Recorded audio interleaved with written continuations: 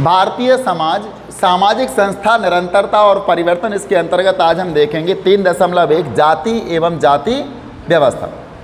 किसी आम भारतीय नागरिक की तरह आप भी जानते होंगे कि जाति एक प्राचीन संस्था है। जैसे और लोग जानते हैं जाति के बारे में, तो जाति आज की संस्था नहीं है, एक प्राचीन संस्था के रूप में इसको जाना जाता है, जो कि हजारों वर्षों से भारतीय समाज एवं संस्कृति का एक हिस्सा है।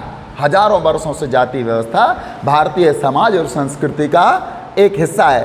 परंतु 21वीं सदी में रहने वाले किसी भी भारतीय या भारतवासी की तरह आप भी जानते होंगे कि जाति केवल हमारे अतीत का नहीं बल्कि हमारे आज का भी हिस्सा है।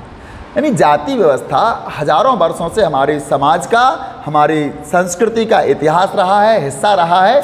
लेकिन अगर हम 21वीं सदी में भी रह रहे हैं तो हम ये जानते हैं कि ये प्राचीन काल का हिस्सा नहीं है बल्कि वर्तमान में भी हमारे समाज का एक हिस्सा है और महत्वपूर्ण हिस्सा है जाति व्यवस्था।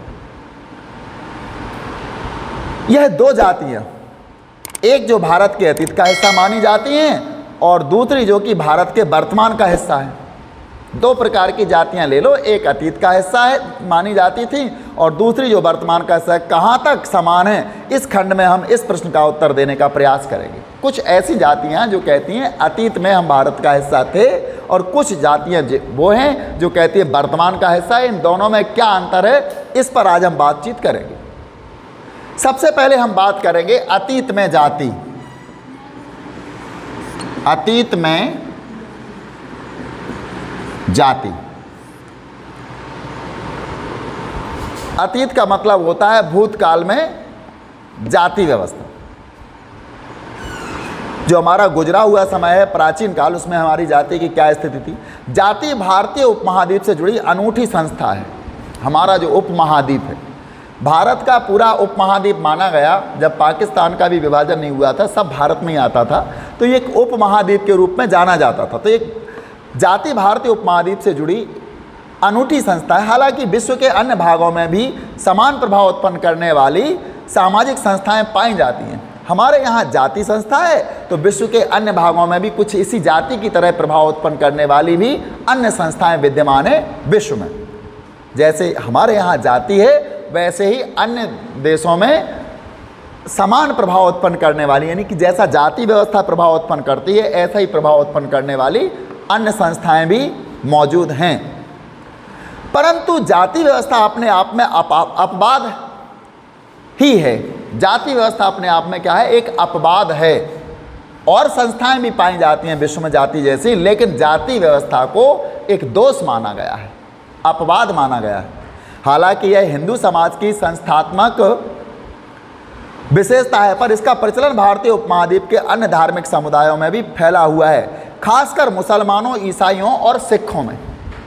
भारतीय उपमहाद्वीप में जातियां मुसलमानों में भी पाई जाती हैं, ईसाइयों में भी पाई जाती हैं और सिखों में भी पाई जाती हैं।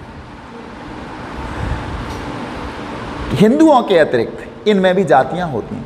मुसलमानों में आप देखोगे तो कहोगे पठान है, ये होते ना, पठान अपने आप को जनरल में मानते हैं। आगे और भी होते हैं उनमें, तो उन लोगों को वो कुछ उससे छोटे स्तर का मानते हैं। सिखों में भी होते हैं, कुछ खालसा पंथ के होते ना, खालसा पंथ वाले होते हैं, उनमें भी छोटी मोटी जातियां होती हैं। तो इन सब में होती हैं। इस ईसाइयों में भी जातियां पाई जाती हैं। ये भारतीय उपमहाद्वीप में रहने वालों में है, भारत के बाहर वालों में नहीं है। माना जाता है कि अंग्रेजी का शब्द कास्ट, यानी अंग्रेजी का शब्द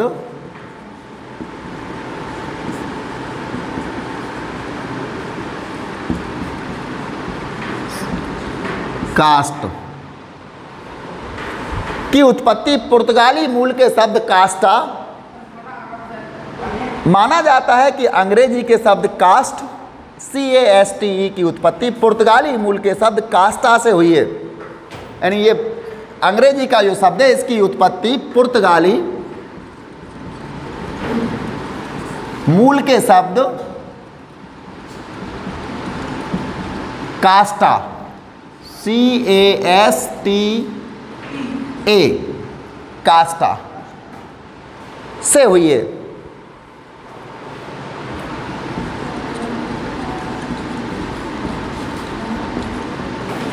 कास्टा से हुई है। पुर्तगाली कास्टा का अर्थ है विशुद्ध नस्ल, यानी पुर्तगाली अगर शब्द को देखें तो इस कास्टा का अर्थ है पुर्तगाली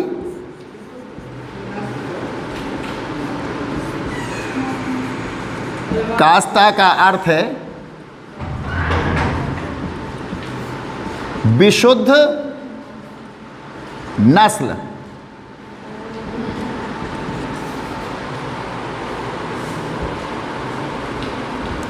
अंग्रेजी शब्द कास्ट का अर्थ एक विस्तृत संस्थागत व्यवस्था से है, जिसे भारतीय भाषाओं में यानी प्राचीन संस्कृत भाषा से प्रारंभ करते हुए दो विभिन्न शब्दों वर्ण और जाति के अर्थ में उपयोग किया जाता था।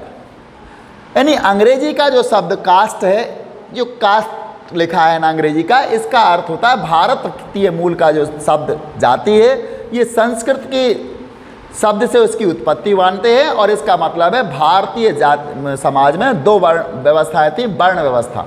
वर्ण और जाति के बीच का जो अर्थ होता है उसी को कास्ट कहते हैं। प्राचीन संस्कृत भाषा से प्रारंभ करते दो विभिन्न शब्दों वर्ण और जाति के अर्थ में उपयोग किया जाता है। वर्ण में और जाति के अर्थ में इसका उपयोग किया जाता है कास्टा, यानी अंग्रेजी के कास्टा शब्द का।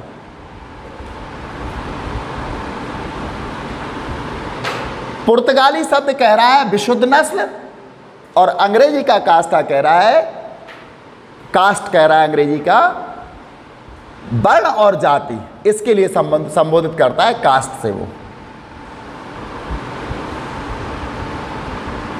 वर्ण जिसका शाब्दिक तात्पर्य है रंग, वर्ण का शाब्दिक तात्पर्य क्या है? रंग। वर्ण का मतलब क्या होता है? रंग। रंग समाज के ब्राह्मण, क्षत्रिय, वैश्य और शूद्र इन चार श्रेणियों के विभाजन को वर्ण कहा जाता है। समाज को कितनी श्रेणियों में बांटा गया है?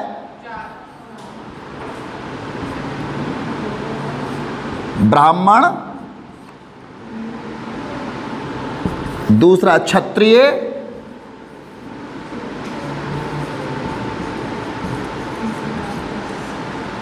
तीसरा वैश्य, चौथा शूद्र। चार वर्णों में बांटा गया है। इन चारों श्रेणियों के विभाजन को वर्ण कहा जाता है। इन चारों श्रेणियों के विभाजन को क्या कहा जाता है? वर्ण कहा जाता है। हालांकि इस विभाजन में जनसंख्या का एक महत्वपूर्ण भाग शामिल नहीं है, जो कि जाति बहिष्कृत विदेशियों, दासों, युद्धों से में पराजित लोगों एवं अन्य लोगों से मिलकर बना है। इसमें उन लोगों को शामिल नहीं किया गया है। ब्राह्मण, क्षत्रिय, वैश्य और शूद्र में किन लोगों को शामिल नहीं किया जाता है? जो जाति बहिष्कृत होती हैं, जाति से जिनको निकाल दिया जाता है, बहिष्कृत कर दिया जाता है, उनको इसमें शामिल नहीं किया गया है। विदेशी यदि कोई आ जाए तो उसको भी ना तो ब्राह्मण में शामिल करते, ना क्षत्रिय में, ना वैश्य में, ना ही शूद्र में। और दासों को भी किसी में शामिल नहीं किया गया। जो दास होते थे, गुलाम होते थे, इनको भी किसी भी उसमें शामिल नहीं किया गया, किसी भी वर्ण में इनको शामिल नहीं किया गया है। और युद्ध में पराजित लोगों को, जो युद्ध में हारे हुए लोग होते थे, जिनको बंदी बनाकर ले आया जाता था, उनको भी किसी भी वर्ण में शामिल नहीं किया है। ना ही उन्हें ब्राह्मण में शामिल किया है, ना क्षत्रियों में, ना वैश्यों में और ना ही शूद्रों में। हालांकि इस विभाजन में हमने बता ही दिया कि इनमें से नहीं है, लेकिन इन्हें कभी कभी पंचम या पांचवी श्रेणी भी कहा जाता है।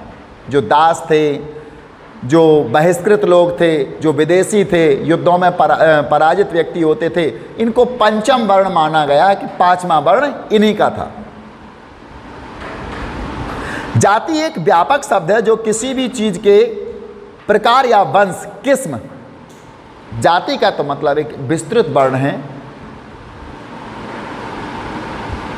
या व्यापक वर्ण है जाति। इसका तो आशय बहुत जगह अलग अलग तरीके से लगाया जाता है। किसी भी चीज़ के प्रकार या वंश या किस्म, इसको स्पीशीज कहते हैं किस्म को, उसके लिए लगाया जाता है। जैसे हम देखते हैं भाई, ये मूंगफली की जाति है, ये उसकी किस्म को ही तो जाति कहते हैं ना।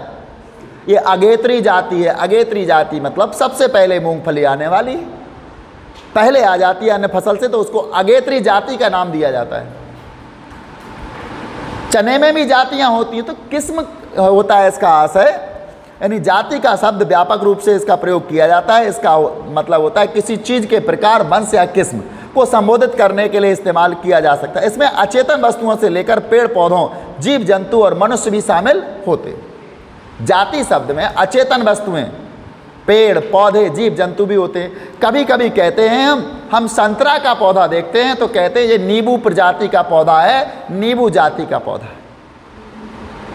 संतरा किस जाति का होता है? नींबू जाति का ही तो होता है। संतरा हुआ, चकोतरा हुआ, मौसमी हुई, ये सब नींबू वर्गीय या नींबू जाति के पौधे कहलाते हैं। तो कभी कभी हम पौधों के लिए, अचेतन के लिए भी हम इसका प्रयोग कर लेते हैं जाति का। कभी कभी हम जीव जंतुओं के लिए भी जाति का प्रयोग करते हैं। हमको सियार दिखता है, जंगल में सियार देखा होगा आपने, सियार दिखता है तो हम कहते हैं ये जी कुत्ते की प्रजाति का है ये, क्योंकि वो एक ही प्रजाति जैसे लगते हैं, एक ही लक्षण है उन लोगों के।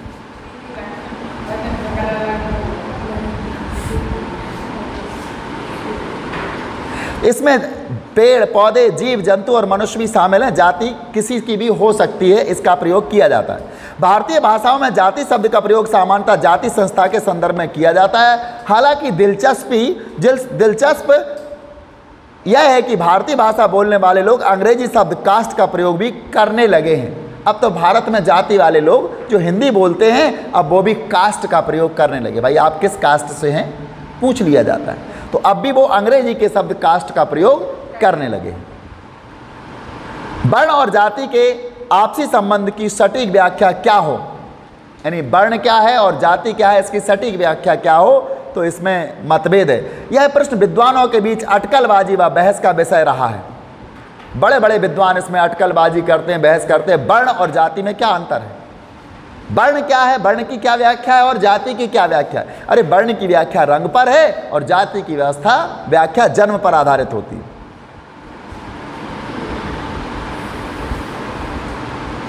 सबसे सामान्य व्याख्या है कि वर्ण को एक अखिल भारतीय सामूहिक वर्गीकरण के रूप में समझा जा सकता है, वहीं जाति को क्षेत्रीय या स्थानीय उप वर्गीकरण के रूप में समझा जा सकता है, जिसमें सैकड़ों या यहां तक कि हजारों जातियों एवं उपजातियों से बनी अत्यधिक जटिल व्यवस्था शामिल होती है। इसका अर्थ यह हुआ कि जहां 4 वर्णों का वर्गीकरण पूरे भारत में समान है, वहीं जाति अधिक्रम के वर्गीकरण क्षेत्रीय हैं, जो एक क्षेत्र से दूसरे क्षेत्र में बदलते रहते हैं। यानी अत्यधिक जटिल व्यवस्था शामिल हो गई भारत में। इसका अर्थ यह हुआ कि जहां 4 वर्णों का वर्गीकरण पूरे भारत में समान है, पूरे भारत में 4 वर्ण माने गए हैं समान रूप से। भारत के किसी भी क्षेत्र में चले जाओ, ब्राह्मण, क्षत्रिय, वैश्य और शूद्र, इनका वर्ण वर्गीकरण पूरे भारत में समान है। वहीं जाति अधिक्रम के वर्गीकरण क्षेत्रीय हैं, जो एक दूसरे से क्षेत्र में बदलते रहते हैं। जाति में अधिक्रम बदलते रहते हैं, कहीं ब्राह्मणों को श्रेष्ठ माना जाता है जाति में, तो कहीं क्षत्रियों को श्रेष्ठ माना जाता है। अलग अलग क्षेत्र में अलग अलग जाति के अधिक्रम बदलते रहते हैं, लेकिन वर्ण व्यवस्था के अधिक्रम समान है पूरे देश में।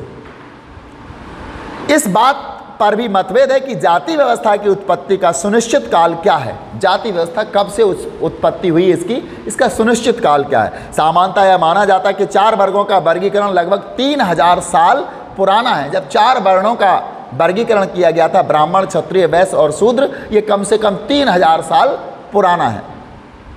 हालांकि विभिन्न समय कालों में जाति व्यवस्था के विभिन्न स्वरूप रहे हैं, इसलिए यह मान लेना कि एक सामान्य व्यवस्था 3000 वर्षों से चली आ रही है, आपने अपने आप को भ्रमित करना होगा। अगर हम इस बात को माने जाति में भी बहुत सारे परिवर्तन होते रहे और हम मान लें कि 3000 साल से ये व्यवस्था चली आ रही है, तो ये तो एक भ्रम की बात हो जाती है। अपने आरंभिक काल यानी वैदिक काल 900 से 500 ईसा पूर्व के बीच में जाति व्यवस्था वास्तव में वर्ण व्यवस्था ही थी। 900 ईसा पूर्व से लेकर 500 ईसा पूर्व तक जो वैदिक काल था, वेदों का काल था, उस समय जाति व्यवस्था नहीं थी, बल्कि क्या थी, वर्ण व्यवस्था थी। और इसके केवल 4 विभाजन थे। यह विभाजन बहुत विस्तृत या बहुत कठोर नहीं थे और यह जन्म से निर्धारित नहीं होते थे। इसके विभाजन जो थे जन्म से निर्धारित नहीं होते थे। इन वर्गों के बीच स्थान परिवर्तन संभव ही नहीं बल्कि सामान्य भी था।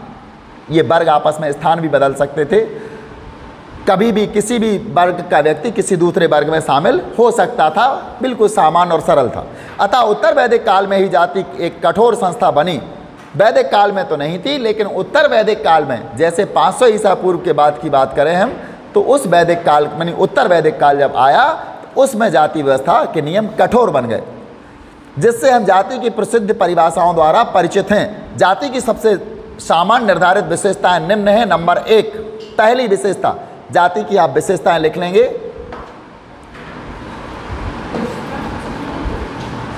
सबसे पहले हम जाति की विशेषता, जाति की सबसे सामान्य निर्धारित विशेषताएं जो हैं वो सबसे पहले हम देखेंगे। जाति जन्म से निर्धारित होती है। पहली, जाति जन्म से निर्धारित होती है।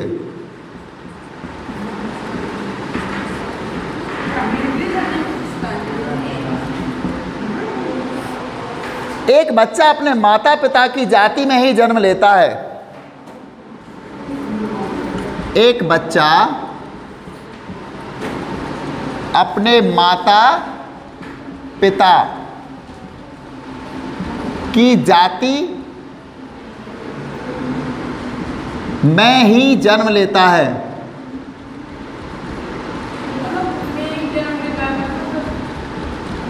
जो माता पिता की जाति होती है उसी में वो जन्म लेता है, उसकी भी वही जाति हो जाती है। जाति कभी चुनाव का विषय नहीं होती।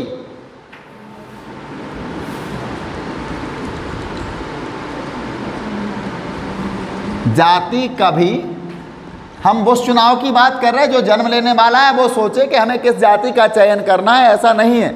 जाति कभी चुनाव का विषय नहीं होती।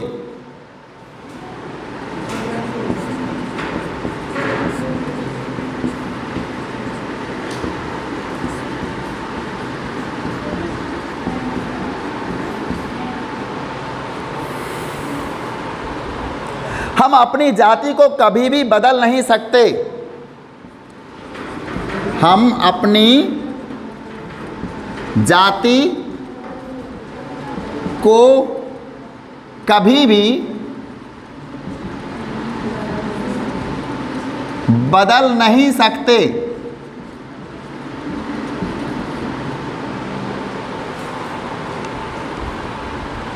और ना ही छोड़ सकते हैं।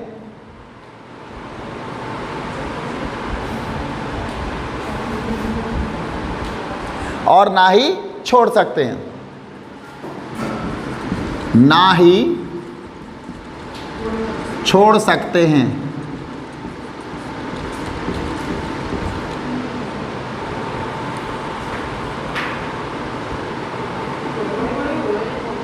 दूसरा पॉइंट है, दूसरी विशेषता है, जाति की सदस्यता के साथ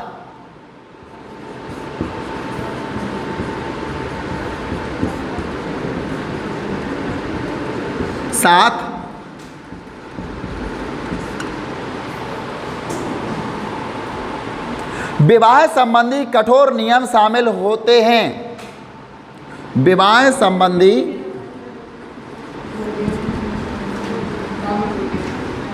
कठोर नियम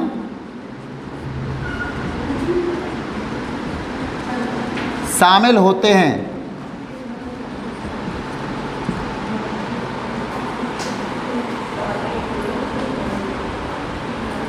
यानी जाति समूह, जाति ये सजातीय होते हैं, अर्थात विवाह समूह के सदस्यों में ही हो सकते हैं। क्या होता है? विवाह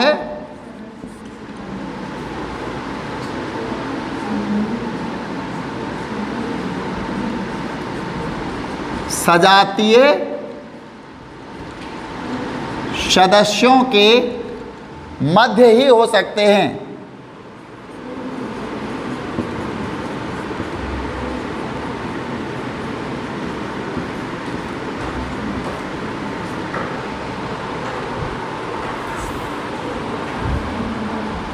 जाति सदस्यता में खाने, तीसरा विशेषता,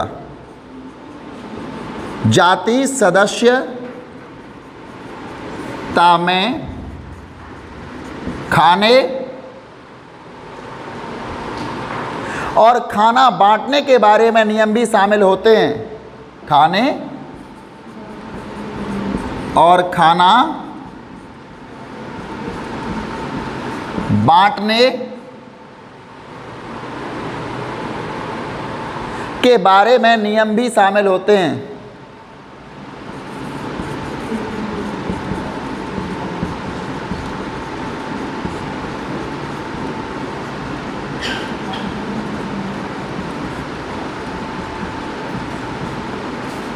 नियम भी शामिल होते हैं।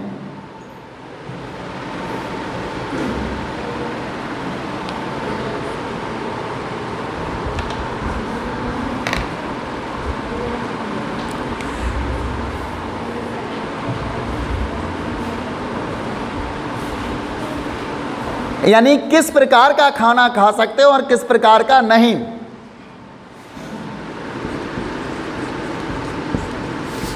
किस प्रकार का खाना खा सकते हैं और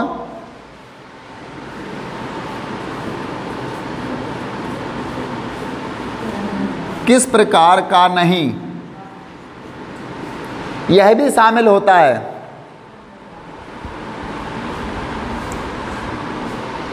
नहीं, यह भी निर्धारित होता है।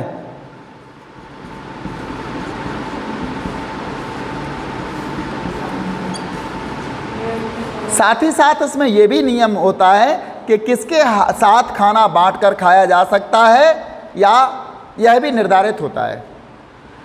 इसके बाद चौथी विशेषता आती है, जाति में श्रेणी एवं परिस्थिति के एक अधिक्रम में संयोजित अनेक जातियों की एक व्यवस्था शामिल होती है।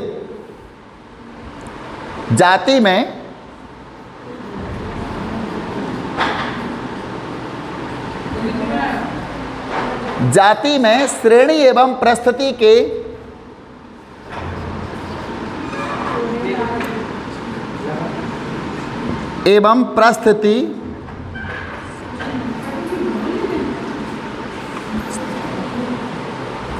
जाति में श्रेणी एवं परिस्थिति के एक अधिक्रम में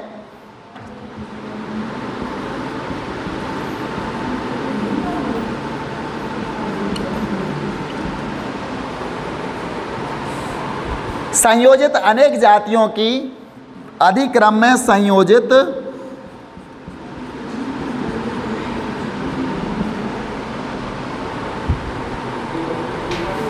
अनेक जातियों की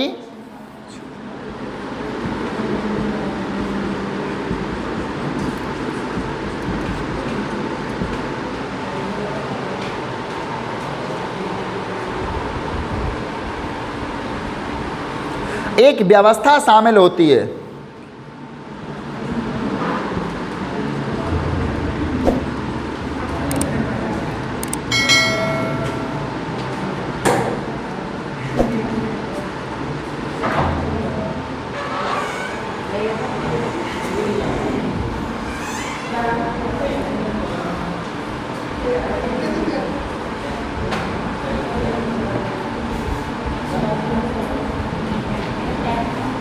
यानी इसमें क्या होता है, सैद्धांतिक तौर पर हर व्यक्ति की एक जाति होती है और हर जाति का सभी जातियों के अधिक्रम में एक स्थान होता है। किस जाति का जाति अधिक्रम? जाति अधिक्रम का मतलब है जातियों का संस्तरण। सबसे ऊपर कौन, दूसरे नंबर पर कौन, तीसरे पर कौन, चौथे पर कौन, पांचवें पर कौन। इस प्रकार से जातियों का एक अधिक्रम होता है, निश्चित अधिक्रम होता है, जातियों का एक स्थान होता है। जातियों में आपसी उपविभाजन भी होता है, अर्थात जातियों में हमेशा उपजातियां भी होती है। पांचवी विशेषता है, जातियों में आपसी उपविभाजन भी होता है।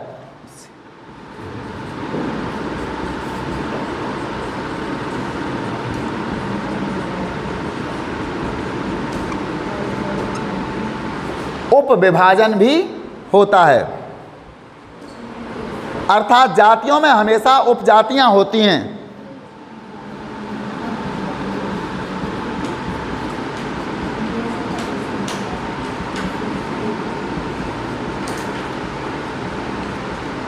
अर्थात जातियों में हमेशा उपजातियां भी होती हैं।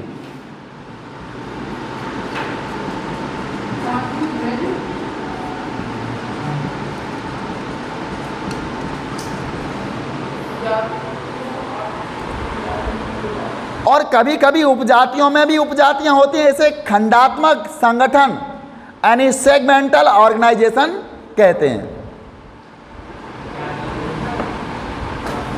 एक छठी विशेषता है इसकी, पारंपरिक तौर पर जातियां व्यवसाय से जुड़ी होती हैं।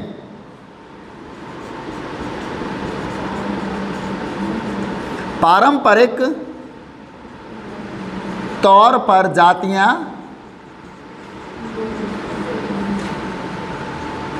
व्यवसाय से जुड़ी होती हैं।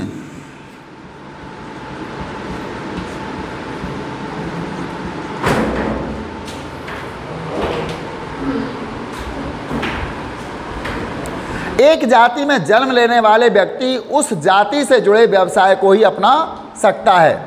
एक जाति में जो जन्म लेने वाला व्यक्ति होता है वो उस जाति से जुड़े व्यवसाय को ही अपना सकता है। जिस जाति का जो व्यवसाय है वो उसी को अपना पाता है। अतः यह व्यवसाय वंशानुगत थे, अर्थात यह पीढ़ी दर पीढ़ी हस्तांतरित होते गए। मतलब जिस जाति का जो व्यवसाय है उसके सदस्य उसी व्यवसाय को अपना पाते हैं और ये वंशानुगत होते हैं। उनके पूर्वज भी वही व्यवसाय करते हैं जो उनके बच्चों को करना होता है। जैसे एक बढ़ई का बेटा बढ़ई के कार्य करने लगता है, काष्ठ कर्म वो करता है, एक सोनार का बेटा सोने का कार्य करने लगता है। तो इस प्रकार से ये व्यवसाय जो होते हैं वो वंशानुगत होते हैं।